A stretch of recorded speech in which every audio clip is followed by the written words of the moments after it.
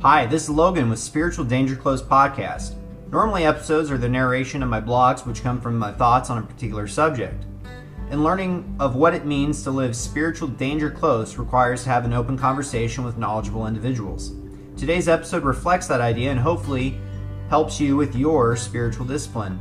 Today's speaker was requested by me or those who follow the blog or podcast. If there's a conversation you'd like to hear or wanted to comment on today's episode, please do so. I hope you enjoy the conversation that you're about to listen to.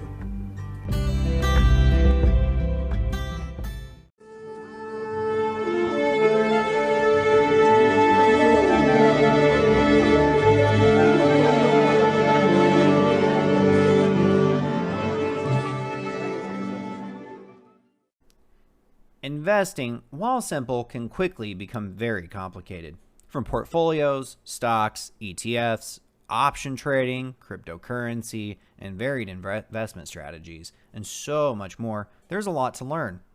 One such investment strategy is halal investment. Halal is Arabic meaning permitted. This investment strategy is used by faithful Muslims who can invest without worrying of committing sin.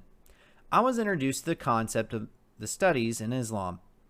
I really believe that for faithful Christians and Jews, that the Islamic approach on investment can be worthwhile to understand.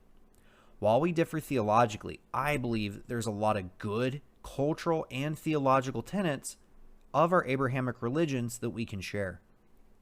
To learn more about this, I welcome Joe Bradford, who to many Muslims is a Sheikh, meaning leader regarding investment. He holds a Master's of Law from the University of Medina. The Sheikh was a former vice president and senior consultant of Al-Rajihi Bank, the largest Islamic bank in the Middle East. Mr. Bradford spends his time speaking, teaching, and writing all on Islamic thought, all to achieving a halal investment strategy. Number of things coming up. Oh, yes, I forgot what day it is there for you, so I appreciate it, sir. When you agreed to this, I was honestly sending the message and not expecting you to respond. And if you did, not to respond with the affirmative in agreement to it. So I do appreciate your time and coming to pretty much teach me and whoever else listens pretty much what halal investment is. Absolutely, my pleasure. So I've already gone and recorded the conversation intro. So your background is very professional and academic in nature, and I feel like you are a valuable resource in learning what is and what is not permitted within this investment strategy, if that's the most appropriate way to describe the investment. Yeah, thank you very much. Thank you very much. Yeah, I was a bit surprised, I think, from even just the invite, but happy to happy to join and happy to discuss these issues. Excellent. I don't know if you saw or started researching a little bit about me, but I was first introduced to Islam, like most Americans, through 9/11 and through westernized media. So a lot of my understanding of it was pretty incorrect portrayals. And eventually, over the years, I've started learning, and actually, currently, right now, I'm working my way through reading the Quran and a couple books on education of Islam and the theology of it. And so that's how I came across the topic. And I really feel like this principle can make or break somebody's investment strategy, because I feel right now, with the meme stocks and retail investing picking up during the pandemic, a lot of people are treating the stock market like Las Vegas. Absolutely. Yeah, absolutely. A lot of people are just, hey, throw money in, let's see what happens. And unfortunately, when they find out that something is not as not as lucrative as they thought it was going to be, there's a whole psychological breakdown of what's going on. Somebody might come and say, hey, they ask, I still get contacts from people right now, because the meme stock stuff is still going on. People say, hey, is AMC permissible to invest in? And I'll say, okay, well, It's a little more complicated than just, is the company producing something which is halal? Are their financials in order? Are the market conditions in order? And I find sometimes there's a little bit of hesitance from people because in essentially, in essence, as human beings, we really want a quick answer of yes, no. And most of the time we just want a yes answer. So Yeah. some people will be a little upset that try to inject nuance into the conversation with them, but it's an absolute must because so many people, while people have made money, the number of people that have made money is significantly less than those that have lost a lot. Yeah, so I've definitely been in that boat. And I feel like the biggest thing that people should do with investment is learn. And I feel like that's the number one thing people don't do with investing is they don't want to put it in because there's such a high learning curve. And most likely, like you pointed out, people become the statistic rather than the exception to the rule. And so that's when I see a lot of the stuff. Particularly in my faith, we tend to be very self-reliant. If say your family's struggling to get some meals, you can go to the bishop, who's equivalent to like a priest, and basically make a plea like, hey, this is what we've got going on. And for a longest time, there no questions asked, they give it to you. But now they've gone to the point to where I can't remember how many times. Eventually, people that are in such situations, they say, look, maybe you should go through this financial planning class and learn how to budget and be self-reliant and create a food storage and do that. And outside of that, I really feel like that's all the investment knowledge that we know is being self-reliant, having 6 months reserve of money. And that's about it. I haven't really found anything that talks about, hey, maybe you should invest in this company that's doing X, Y, or Z. And so that's another one of those things I was like, oh man, there's something there that I'm lacking, and I feel other people might learn from as well. Right.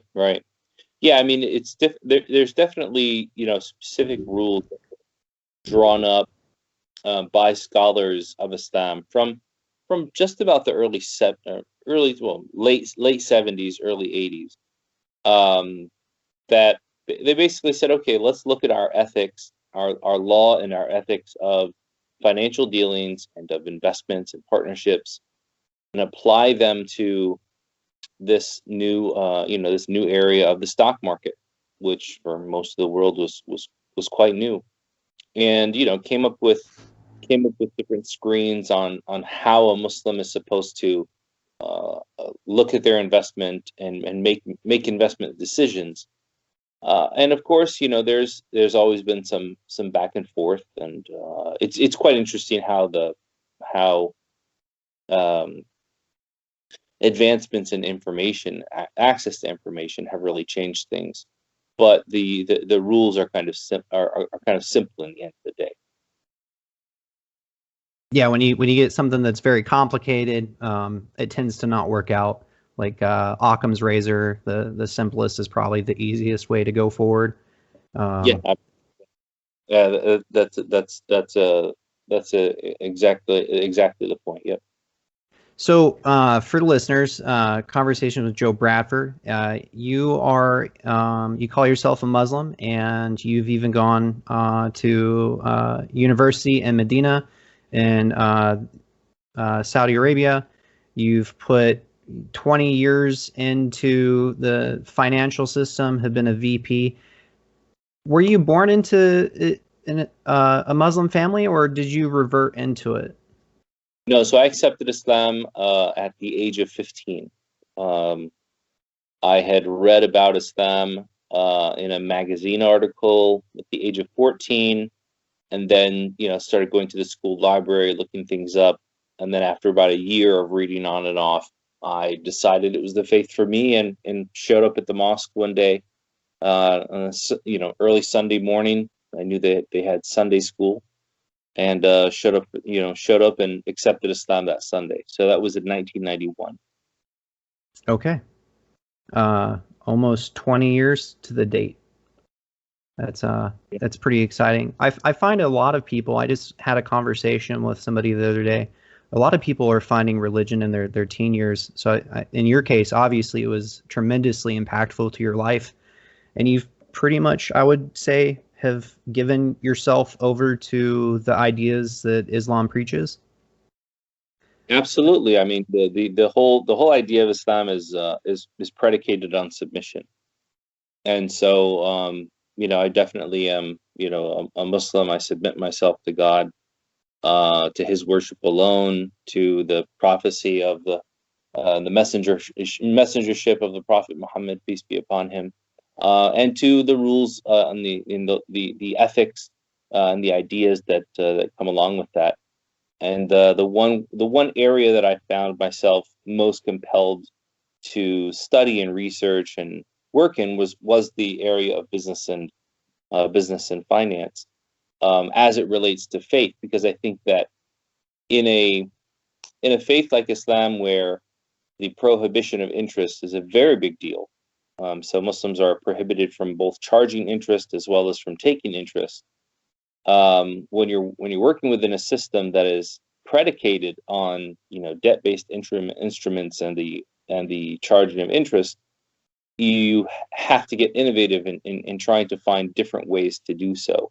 One that remains true to your faith, but also can work under the regulatory environment that you live in. Yeah, that's something I found very interesting. That there's actually a lot of rules in Islam when it comes to governing your money. I'd say the biggest one, most repetitive one, is obviously leaving the orphans to have their funds, and then ensuring that the women are well kept care of. And then, as you mentioned, I found it interesting. So pretty much that means that companies that rely on dividends are not halal investment strategies, or is there a way around that, if that makes sense? But I feel like I'm jumping the gun on that. Maybe we should kind of talk a little bit more about halal investing from what you mentioned. Yeah, sure. Let's dial it back, and then we can jump over to that question in a moment. Okay. So if you had somebody who has never heard of this before, what are sort of the basic premises that they could understand? If I were to be giving like a 30-second elevator pitch to somebody about halal investment, my pitch, I think, would be this: the halal investing consists of analyzing companies for their business activities as well as their financial activities, to make sure that your values are aligned with the best of what the company produces as well as the best of what the company manages. So the company is going to they're going to produce things in your name. Those things should be wholesome and good and beneficial to mankind. And they're going to manage their business in your name. And that should be wholesome and good for you as the investor, as the part owner of the company. And so in doing so, we hope to see God's pleasure, and keep our wealth free of any harm or misappropriation, harm to others, or misappropriation. Which, on a surface level, seems like that there'd probably be a lot of companies that are halal, but I bet if you started digging around and doing some cursory research on them, probably find that a good percentage of them actually aren't. Is that something that you would say? Somebody. Yeah, I mean, we do have some quantifiable data on that, and given the most common standards for halal investment, which come from an organization known as, the acronym is IOFI, which is the Association for Accounting and Islamic of Accounting and Islamic Finance Organizations. They we've taken their standards, which dictate how to look at, which business revenues are impermissible, what types of financials need to be analyzed. And I'd say out of the S&P 500, about only a third are impermissible, meaning that 2/3 of the market is open for people to invest in at any one time, which and that's only the S&P 500. There's still many more companies that are listed in the American markets between the New York Stock Exchange and the Nasdaq. So that said, it's not as small as people I think would imagine, but you're not going to get some of the exponential returns that are seen from the quick exponential returns that are seen from some companies. You will beat the market, though. I mean, data says that people that value invest, and specifically Sharia compliant investing or halal investing, does better year over year than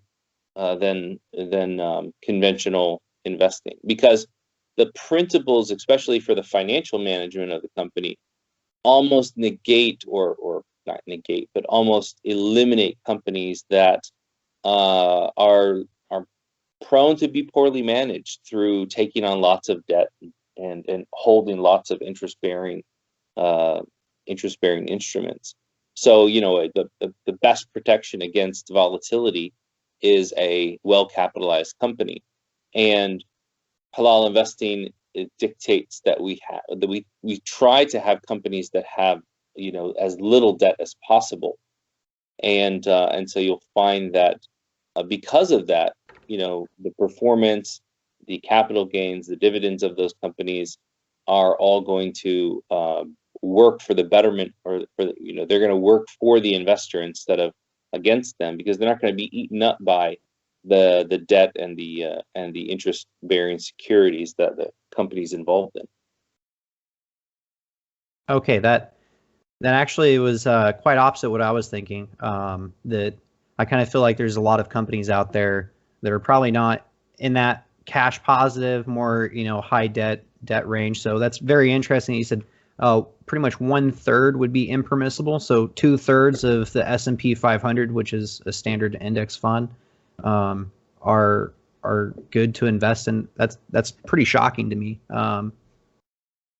As a retail investor, I don't really get into that. I'm pretty I'd say I'm more of a meme investor, and I pretty much look for big news. I buy the rumor, sell the news, that kind of thing. But on my other TDA Ameritrade account, it's more stringent and based off of a portfolio build and solid companies. And it's been a solid champ during the whole pandemic. I've maintained a 2% increase in stock portfolio value. So I'm wondering how much more I can push that through looking at companies like you said. I want to say last March, I didn't know it, but I didn't look up the news for GNC. It's a supplement store company, and didn't notice that they were going to be filing for bankruptcy, and I lost out on a big chunk of that. So I feel like having really good solid principles to know what to look for, and then something like you said that is going to perform better than somebody doing already a managed safe portfolio. That's really interesting. I'm going to probably look at those ResearchGate articles later about that to see what exactly they were outperforming in whatever measures. Yeah.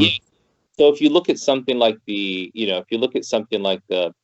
of the Vanguard funds, their index funds and mutual funds have generally pulled about 8 to 10% a year over year for the last 10 years.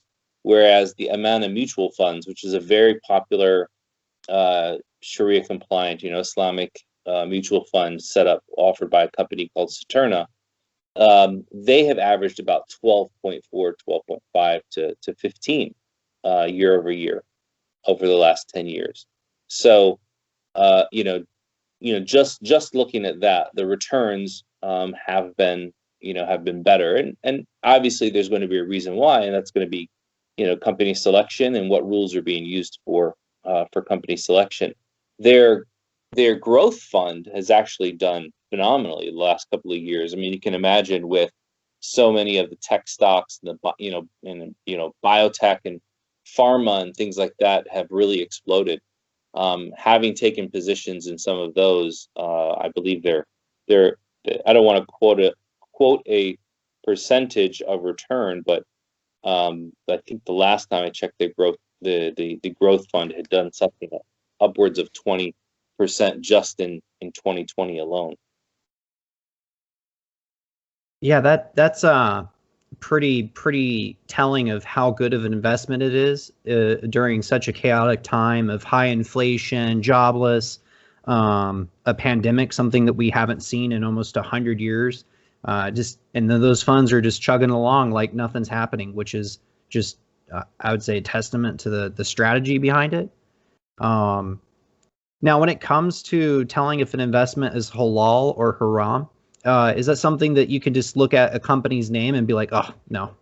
Or is that something that's going to require you to do a little digging on Fintel and looking at some of the investment information that's available, like through Yahoo Finance or any other search engines?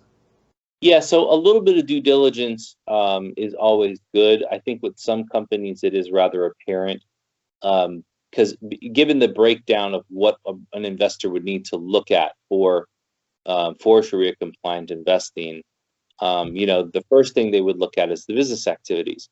So we're not allowed to invest in things that are investing in things that that are impermissible for us as Muslims to do. So we don't invest in the production of alcohol. We don't invest in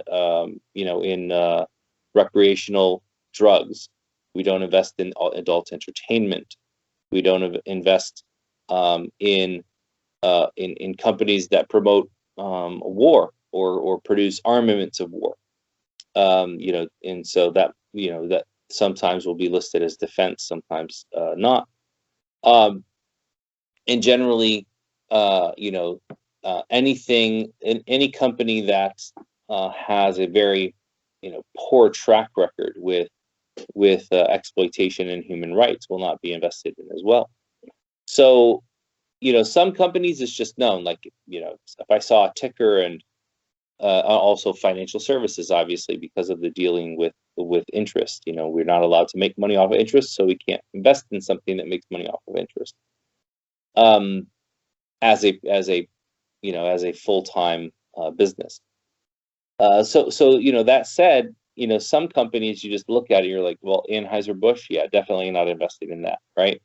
Whereas some of them can be a little bit more elusive for the average investor, in that they might see a new ticker, and this new ticker might be touted as, hey, they're an organic farming outfit, and they're doing great. Look at their returns. And then you find out what they're organically farming is marijuana, for recreational use, and that would not be permissible.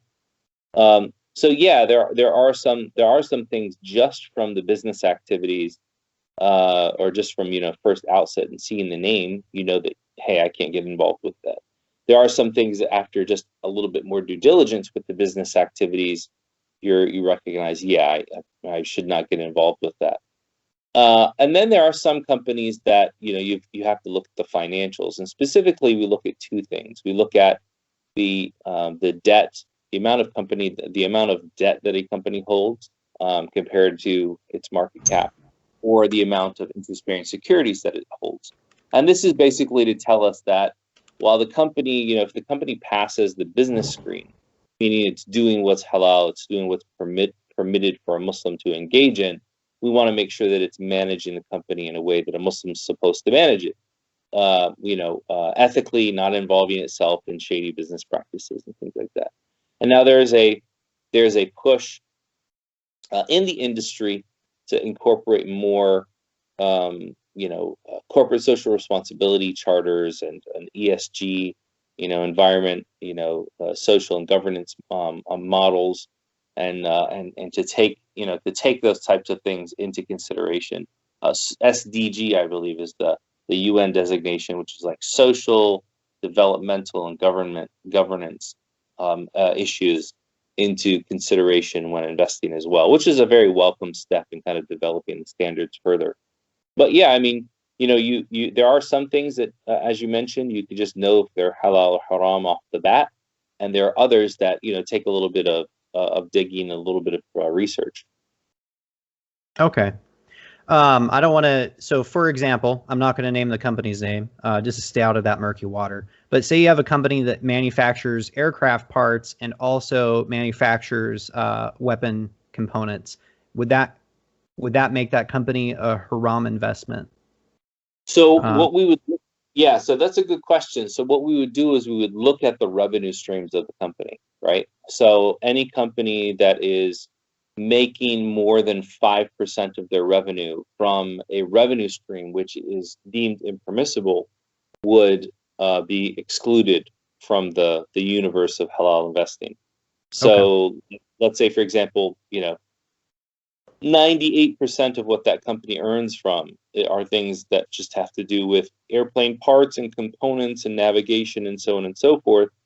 And then 2% they're making something which is specifically for defense. Then that might not preclude it. That might not preclude it from being invested in. I mean, you could invest in it. But if they were, if 40% of what they were making was going into defense, then yeah, that would definitely throw it out of compliance. Okay. So, for example, there's a giant drink company that sells globally. They're like the number third word that's recognized across the world. Recently, here in Japan, they've actually started selling alcoholic versions of that beverage. But from my understanding, it's such a minimal amount of their revenue that, so even though that they may sell something that's impermissible to Islam, alcohol, generally, from what you've just explained, they would still be permissible because the greater bulk of how they earn money would be permissible on that specific topic. That's correct. So a person may invest in that company. Let's say 99% of what they do is permissible. It's okay for consumption. Therefore, it's okay to do business in. But that 1% is used in making alcoholic beverages. Then at the end of the year, when one's calculating their gain on that stock, whether it's the capital gain or the dividend, then they would take into consideration that 1% and actually give any gains on that 1% of the total company, give those gains away in charity as a way to absolve themselves of any sin of being involved in something which was impermissible. Oh, that's interesting. So, on a surface, you could say that you could tell an investment is or isn't by the name, and then just some cursory research. So, if I'm looking at a company X, Y, and Z, and I'm trying to determine what are some factors that I would look at. Would I want to look at their would a last annual report be a good thing to go to, or can I just look at what's listed on the Yahoo Finance page of the quick 10 of what the company does and their investment? Like, how deep of a digging do I need to do to determine? Yeah, I mean, that's a great question. In general, you could use data that's available on Yahoo Finance or Morningstar. I do many times, just to have a quick glance at that information. Pop it into an Excel sheet. Look at the percentage of debt to market cap, and see if it's more than 30% or not. That's a very quick way of understanding the financials.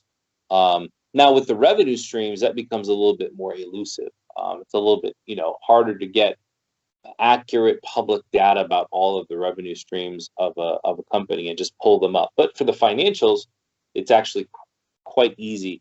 You can go to Yahoo Finance and use the finances tab and financials tab and look at the balance sheet and the income statement and really find a lot. You wouldn't need to necessarily go to the 10K unless you had some doubt about them having some revenue streams that maybe maybe were or were not permissible, or if, say, their income statement listed income from certain areas that you just weren't sure what the provenance or the source of those were. The 10K is usually going to list that out. So if they have a line on their income statement that says other income, like, what does that mean? Like, where did they get that? Where's that money being made from?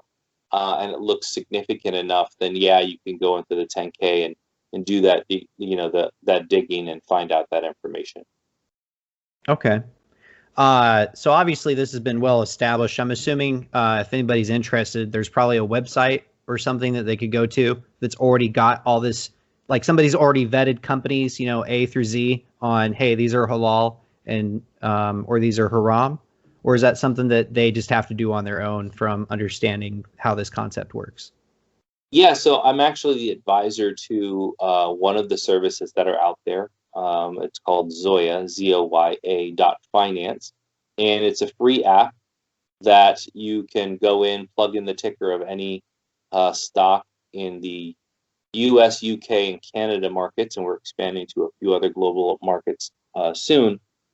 But you can put any ticker in there, and it's going to give you a very quick rundown on both the revenue streams and the financials, and also kind of like a quick grade, like, hey, green, this is Sharia compliant; red, this is non-compliant, and allow the investor to know, hey, should I get into this at all, or should I not? So yeah, Zoya.finance is kind of the go-to service for that, where we digitize algorithmically all of the data streams from the stock market and the standards that we've been talking about, and tried to make them in a put them into a very easily accessible format for the average investor. Because quite frankly, maybe less than 5 years ago, a lot of people were just struggling going back and forth with Excel sheets and really not having access to something that was easy for them to get information on these companies and their Sharia compliant status on. So yeah, that's one of the beauties of technology, is that we've seen a democratization of access to not only the data of the stock market, but how an average Muslim can invest based on that data. So I was actually able to find it. It's been downloaded, and I've currently made a login that I will confirm later. But yeah, it's right there. Anybody interested, Google Play Store and Apple, spelt just like how he said. Yeah, as somebody who invests, I really despise it when I have to go dig through somebody's Excel, because they've likely have not made it really easy to search through, even though that's the entire point of a spreadsheet, is to search for stuff really fast. It can be overwhelming, or if you're brand new in investing, it can be like, what am I looking at? So that kind of cut and dry ability application, I really feel like that's a good handle for a lot of people to have. Now, obviously, this investment strategy is based in the theology of Islam, and comes from the tenets in the Quran and through the interpretations of scholars, like you said. Can anybody apply this to their investment strategy? Yeah, absolutely. I think people would be surprised to find out that some of the registered investment advisors in the United States that identify as Islamic, they identify with their Muslim faith, and they cater in their marketing to the Muslim community, actually have a very large number of non-Muslim investors that use their services. And the reason they do is because they find that the Sharia compliant investment approach aligns more with their personal ethics, whereas maybe their church or their religious orientation does not provide quantifiable standards for how to invest. The Sharia compliant standards do. And so they're not having to sacrifice performance. They're not having to kind of reinvent the wheel by sitting long hours with a fund manager and explaining to them what they do and do not want. It can be a very quick way for them to, penetrate the market, get up to speed, and to start investing into seeing very good returns. So I think, even if even if you're not using a fund manager, I think that anyone who's not a Muslim, that doesn't share the Muslim faith, can still benefit from the Sharia compliant investing component, especially if they're worried about the long-term effects of their money and how their money affects other people around the world. We would not want to cause harm to others, do unto others as you would have them do unto you. And the cognate to that in the Islamic tradition is love for your brother what you love for yourself. And so also, do no harm and do not reciprocate any harm. So, that definitely, Sharia compliant investing is for everyone, and everyone can see a very good return and can rest easy at night that their money has been used for things which have bettered humanity instead of harmed them. Yeah, it's that's something I've always agreed with. In my I always break myself down into a secular mind and a theological mind, just so I can interact and kind of see where my biases are. Something that I've always had my two worlds combine is utilitarianism, of how much good can I benefit other people, and having empathy towards their situation. Because I'd feel really terrible if I was investing in a company and come to find out, they're using unethical, labor practices involving children, or, maybe they have facilities and they demand, you get one bathroom break and you have to work 16 hours a day and you can't sit down because they're tracking you on your phone. I would feel bad, investing in such a company that's causing such harm on some, I guess, data points that you typically don't think of. Yeah. Because let's say the typical investor wants to see, is the company going to do something that's going to make a lot of money really quick? For the option traders, is there a large option bull or bear against the company? And they kind of go from those two branchings. But putting in the halal or haram kind of changes something. While you were discussing that, I actually was able to get a login to Zoya, and I put one of my tickers that I have, sizable 3,000 shares in, and I am sad to find out it is not Sharia compliant. So it was super simple to do that, and that's kind of sad on my end. So I'll do some consideration to figure out how I can get rid of that.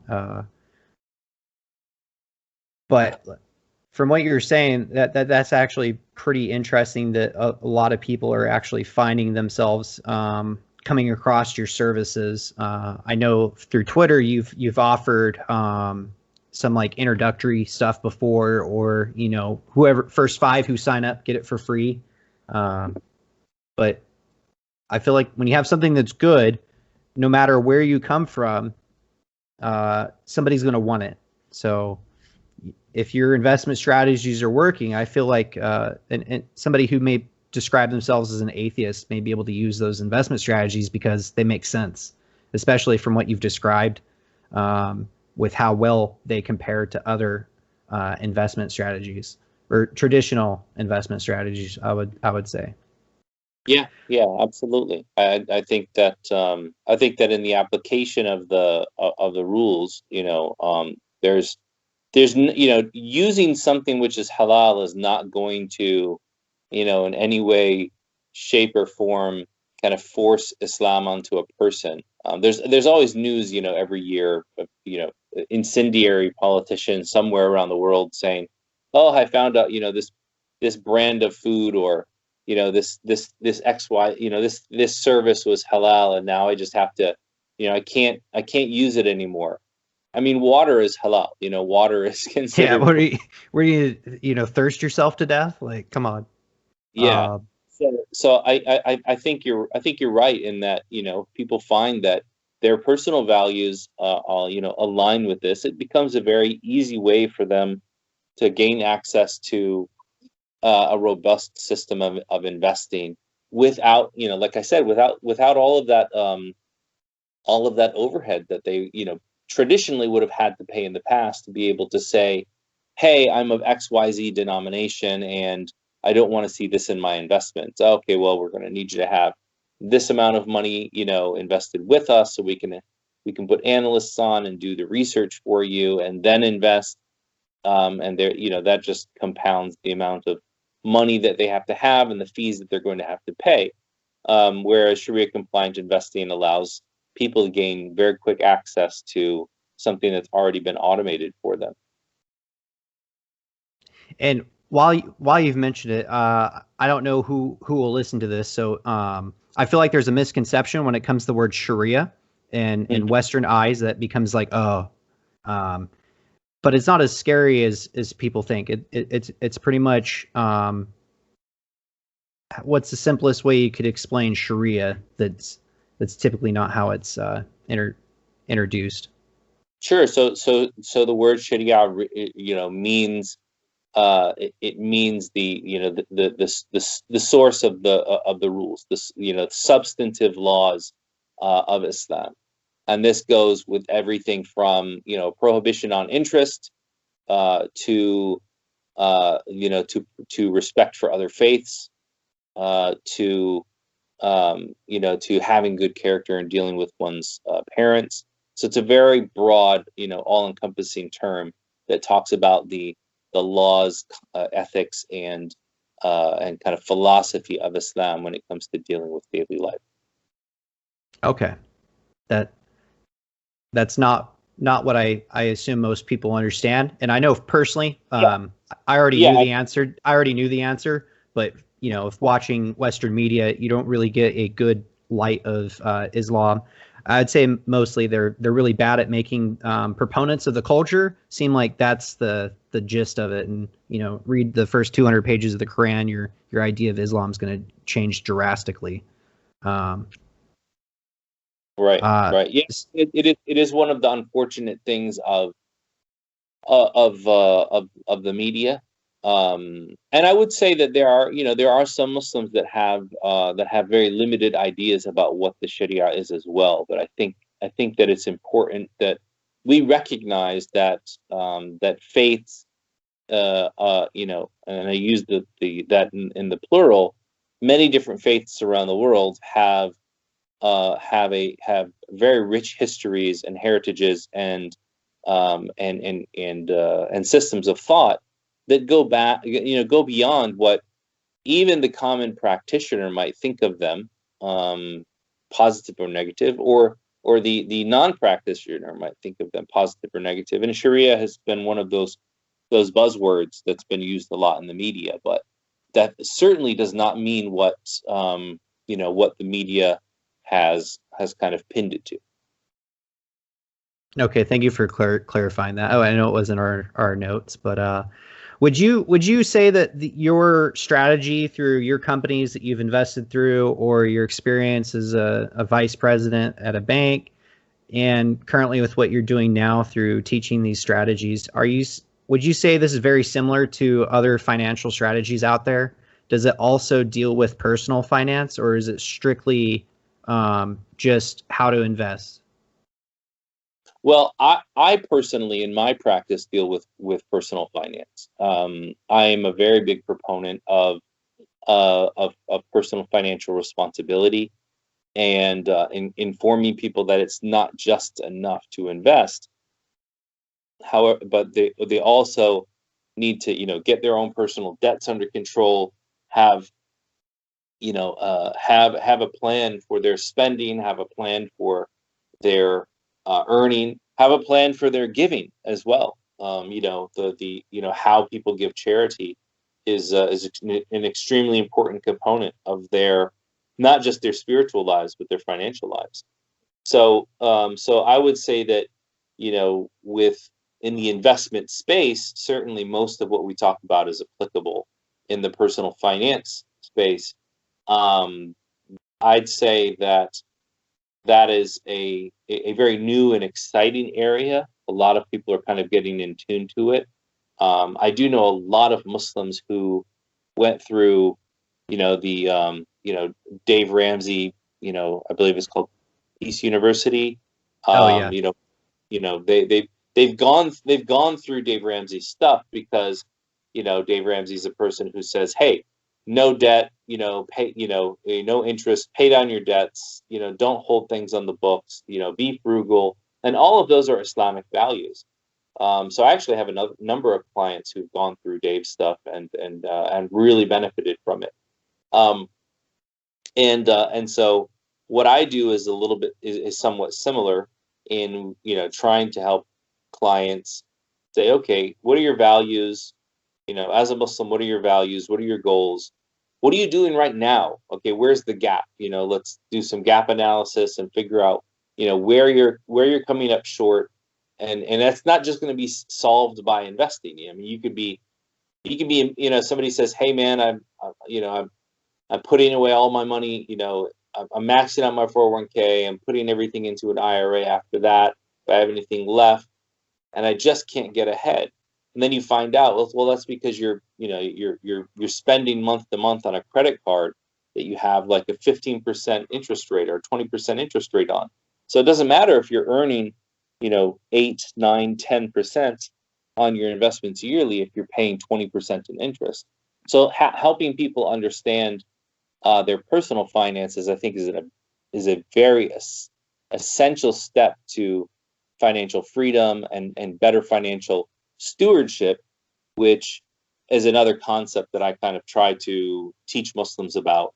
And the idea of being a steward of our money is very much in line with, our father Adam being a steward of the earth after having descended to the earth, and different prophets and messengers who had the stewardship role.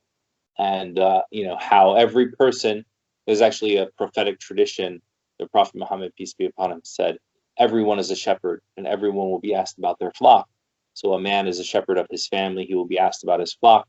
A woman is the shepherd of her husband's home, and she will be asked about her flock. A leader is a shepherd of his people, and he will be asked about his flock. An employee is a shepherd of his boss's things, and he will be asked about his flock.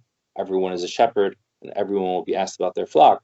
So this idea of shepherding or stewarding or whatever word you want to use for it, it applies even to our money.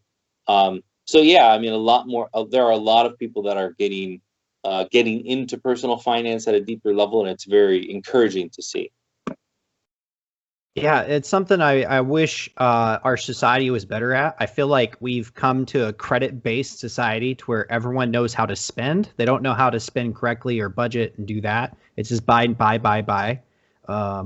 When I was living in South Korea, I found it funny that there's buildings that literally say, Samsung or Kia.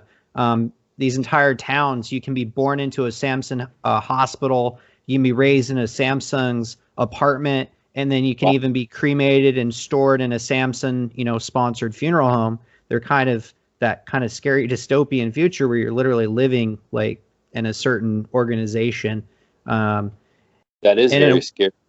It is very there's some movies like Cloud Atlas where it discuss that, people are just living and they're slaves to their wage and they don't really have anything else, or they're very crippled. Like how many people, I want to say the average household income debt last I saw was $18,000.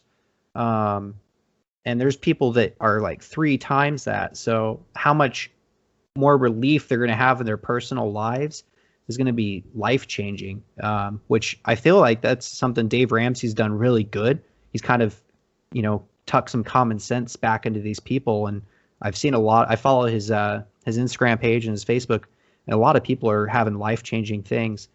In your experience, have you taken somebody who's come to your course and seen blessings from them applying these principles? Yeah, absolutely. I have a number of clients who, we really took, we took a deeper look at their finances and not just walked through the financial aspect, because you can go and crunch numbers for anyone and say, hey, you've got this much debt, hey, you've got this much spending, hey, you've got this much invested, good luck, and just leave them with that. But one thing that I work on with my clients is kind of going into the financial psychology of it all and understanding, okay, we have this exponential amount of spending over here. Why are you spending like that? Like, what's the impetus for that? And sometimes I'll find that, I'll have clients who will say, well, look, I know that my spending is high in these months, but you need to understand that I support my mother and father financially, and they had extra expenses, so Mm. those expenses became mine. And so I take that into consideration to say, okay, well, here's what we're going to do. We're going to build out a financial plan that not just focuses on you, but also focuses on your ability to help your loved ones. And I don't think there has ever been, I've had a single client from the Muslim community who has not been concerned about the care of their parents or their grandparents. That they have all wanted to put some money aside. They say, hey, my parents are aging, and 5-10 years I'm gonna have to be assuming more of responsibility in their life. And that was a very beautiful thing to see from so many different people of so many different backgrounds, from with origins from around the world. The one unifying fact in their life is their shared faith, and all of them focusing on this idea of honoring their mother and father. And so that has been a huge blessing for me to see, and just as something that I witnessed to. But also, I've seen the blessings of people be able to refocus their intention on supporting their family, supporting their parents, doing good overall, and that has allowed them to also uh, get rid of interest bearing and non-interest bearing debt, to start to dedicate money towards their finances. I have one client who got rid of about $40,000 of debt within a very short period of time, allocated money towards not only their retirement but their children's education, and had done such a great job in managing their personal finances after that, because they were invigorated with a sense of purpose, that I'm doing this for the sake of God. I'm doing this in line with the traditions of the Prophet Muhammad, peace be upon him. I'm doing this in line with my faith in that God provides. And they were able to not only provide for themselves, their children, their education, but they went back, and they created a foundation which now supports education, in their home countries. And so, I've seen many amazing things happen. Some couples who dedicate themselves to getting out of not just tens of thousands but hundreds of thousands of dollars of debt. I think the one of the most amazing story that I know of is where a couple paid down maybe $150,000 of debt within 1 year.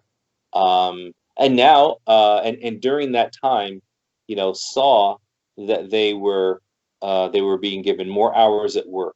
They started getting raises and bonuses at work, and they became closer together as a couple. And so, seeing those types of things, I would definitely describe as blessings, and that you get to see people evolve and blossom into more faithful, more dedicated, and more financially secure individuals. That's pretty amazing. It's just sad thinking about, like, for the United States, that most American families can't afford a $500 unexpected expense, which, to me, that would stink. But I've been blessed in my life to cover from that. But the fact that there's some families that have to make those decisions, it's a terrible burden. It's like letting the adversary put chains on you by not taking care of your money. And like you said, being good stewards. In the New Testament talks about the talents. One guy was given some and one guy was given the other, and they all dealt with it differently. And like you mentioned, how that family, $150,000 paid off, you said, within a year? Yeah, within a year. Yeah. Wow. That's like a fulfillment of the scripture that talks about, if you draw closer to God, he's going to draw even closer to you, because you're making that effort. Absolutely.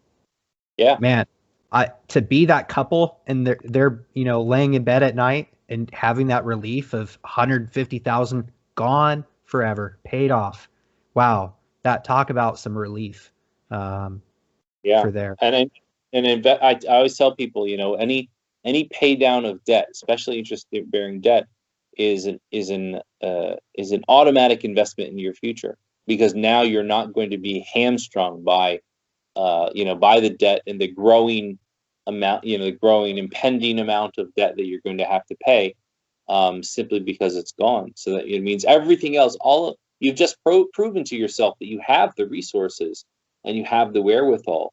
So when all that debt's gone, that you can just pour all of that back into investing, and you'll see another form of exponential growth in your life. So it is very much like the story of the talents that you mentioned, and I really like that mention of that tradition, about that when goes to whoever goes to God walking, he comes to him running, and Mm-hmm. whoever seeks proximity to God in a hand span, he comes closer to him in an arm span. So I think it's very, very true and very apt to mention here. And I feel like that's something that Judaism, Islam, and Christianity have all kind of really agreed on, and they haven't really differed. Is you're going to be accountable to God at Judgment Day for everything that you've been given and everything that you've done, and I don't want to have to account for that.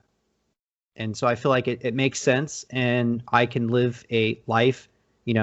I'm not living like a 7-figure digit CEO, but I'm living within my means, and for my job and what I do, I'm actually, according to the statistics, I'm living in the top percentile with what my peers are and their struggles and their living standards because of poor spending habits. So really finding that blessing is, I feel like if somebody were to do this who wasn't religious, I feel like it may convert them to to be a believing theist. Really, yes. And not that secret stuff where you put it on a wall and eventually it'll happen, because that's just nonsense. But really applying these and testing them, because that's something that, again, all three, you're accountable for everything you have. So and then why would you want to live your life? I think Dave Ramsey was like, why would you pay the bank for that when you can just save it in your pocket and get it 6 months from now? Like, what's the difference? Yeah, Uh, absolutely. So we've come to kind of all those points. If you still have time, I have 2 more questions, and I feel like that might be good enough Sure. if you have it. So while we're talking about halal investment and the funds and the Zoya apps, are there any halal index funds that somebody's already done, and all the companies are halal, and it's like a Yeah, Vanguard fund? yeah. So there are, in the U.S., there are two, which are most prominent. That's the Sharia portfolio S&P 500 exclusions index fund, and so they take the S&P 500 and basically exclude anything that's not Sharia compliant, and the ticker for that is SPUS. And then there's another by a company called Wahid Invest, which does the same thing but for the FTSE 100, and their ticker is HLAL. If you're overseas or you have access to international markets, there are a number of funds that were created by MSCI that focus on U.S. equities. They focus on worldwide investments or growing emerging markets. I don't recall the tickers on those, but they're about a family of about three or four different funds that are available to people in the EU, the UK, and most of Asia. But the company again is MSCI. So if somebody put in MSCI Islamic funds into Google, they would find them there. Okay. I'm definitely going to dig into that, because I'm a funds guy. I like investing in funds. I personally see a lot of success. My favorite right now is the ARK fund. I hope they're still halal. I'll look at that later, but I just think it's a smarter choice, because you leave it on, their job is to figure out who's going to be successful, and you just trust that through the numbers, which I feel like Vanguard's been another successful one. But looking at the halal exclusion, I feel like that would be another good option for people. And it's pretty easy. If you already have stuff ready to go and you don't need to worry about the basics of financing, I don't think it could hurt your portfolio to add this to it. So I'm definitely going to be experimenting with myself. Yeah, absolutely. So this last question is not really related to investment strategy, but I'm wondering your take on universal basic income. And so the idea is the government or a group of individuals will pretty much give people a monthly stipend that's pretty much able to be spent on whatever they want. And the idea is it's recurred from luxury taxing and has been trialed around the world. But when people hear it, they think there's some scariness behind it, New World Order, that kind of thing. Do you think that's something that fits under halal investment and is Sharia compliant? Well, I mean, universal basic income is a very interesting concept in that it's essentially saying to the political apparatus, the ruling, whatever the sovereign government is in that area, that we as citizens are not going to allow all of the resources to be used without some of that benefit coming back to the citizenry. And that's actually already in place in states like Alaska, where they have an immense amount of oil wealth that's just considered to be owned by the people, and that some of the money from that is redistributed to the people of Alaska. And so they see essentially a basic income come from that. So I think as a concept, there's certainly nothing that predicates it as being impermissible. So a big concept in Islam is that everything is considered permissible until proven otherwise. So we say there's a very small universe of things that are not allowed, like dealing in interest, dealing in certain forms of contraband, selling, unbundled risk and uncertainty. But outside of that, all of these concepts are really open and really have to do with whether or not they're beneficial for people or not. So if UBI is considered to be beneficial and will make a difference in people's lives, then it certainly is the responsibility of the government to implement those types of things to protect the livelihood and the lives of people and give them a dignified existence. So yeah, I would say that on its face, UBI is something which is permissible and could be explored for implementation wherever people see fit. Okay. Yeah, a lot of people don't know that it's been in practice in the U.S., at least in Alaska, for many, many years. I know recently, as an actual study, they were looking at people, and all they did was give them $500 a month. That was it. No strings attached. You were able to spend it on whatever you want. And they were watching the social aspect. That's what the study was looking at, was how do they respond. And a lot of the people felt so much better at the end. They were no longer worried. One individual was actually able to save up his money and used it to leverage himself into a better job, where before he couldn't do it because he was like, if I don't show up to work today, I'm going to be late on bills. I'm going to have to find a second job. He didn't have to worry about that. So he was able to take that risk and go to something better. So I really feel like that's something that there's something to be discussed there. But I just thought of it as a fun little closer to our conversation. Yeah. Is there anything you feel like you want to retouch on, or do you feel like we've had a good discussion on understanding what halal investing is and how anybody can apply it? No, I think we've covered all the bases. To tell you the truth, I really appreciate you bringing me on and allowing me the time to talk to you. Yes, sir. I thank you. I wasn't expecting you to respond positively to this. Again, this is Sheikh or Mr. Joe Bradford. If anybody wants to get in contact with you, what's the best way to do so?